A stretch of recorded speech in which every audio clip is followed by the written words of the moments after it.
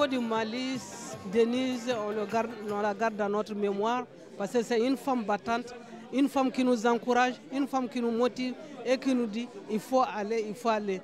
L'échec pour elle, ça ne doit pas être possible.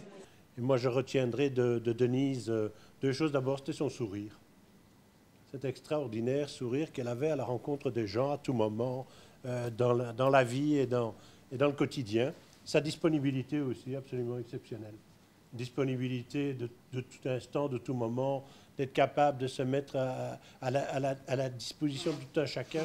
Et surtout, dans cette disponibilité, la volonté de se mettre à niveau pour que les gens puissent comprendre le message. Elle a certainement été la plus pédagogue de tous les membres du CADTM. D'abord, je voudrais effectivement, ce que je vais dire, le dire en hommage à Denise, parce que c'est pas seulement son sourire et sa disponibilité, comme disait Pierre, mais c'est aussi cette confiance qu'elle pouvait donner, hein, cette sérénité qu'elle avait, et qui était la sérénité de l'engagement et de la lutte. Ça, c'était extrêmement beau, cette capacité, justement.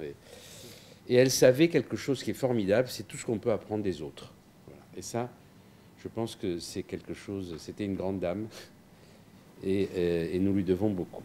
Bon, Denise a participé directement à la fondation du CADTM et jusqu'au bout a joué un rôle fort important dans l'animation centrale du CADTM.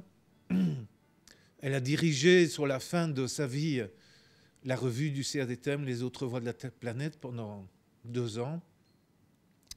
Dans la dernière période, dans les derniers mois, elle se concentrait à fond sur la question du féminisme et de renforcer la dimension du combat féministe dans le travail général du CADTM. Elle s'était mise à écrire de plus en plus. Et aussi, elle avait, je crois, avec succès, organisé le transfert d'expériences et de connaissances vers la jeune génération.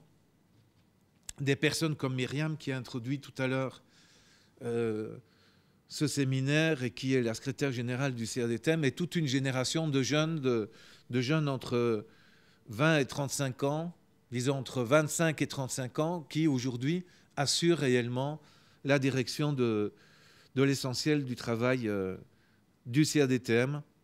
Alors, encore une pensée pour Denise. Merci beaucoup.